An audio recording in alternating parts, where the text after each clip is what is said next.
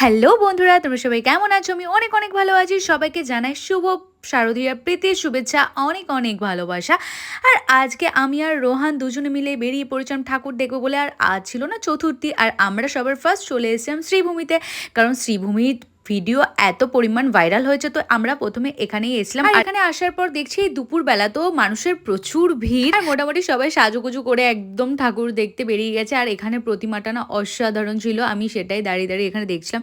তারপরে বেরিয়ে ভীষণ গরম লাগছিল, কারণ দুপুর ছিল, আর আমি একটু লেবুর শরবত খেয়ে নিলাম। আর তারপরে আমরা চলে এসেছিলাম আরও কিছু প্যান্ডেল দেখার জন্য।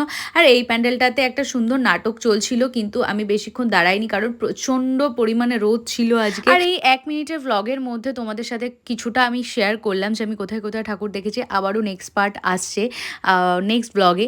তো চলো আজকের মতন টাটা, সবাই ভালো থেকো, আর পুজোটা অবশ্যই সবাই সুন্দর করে কাটিও। বাই।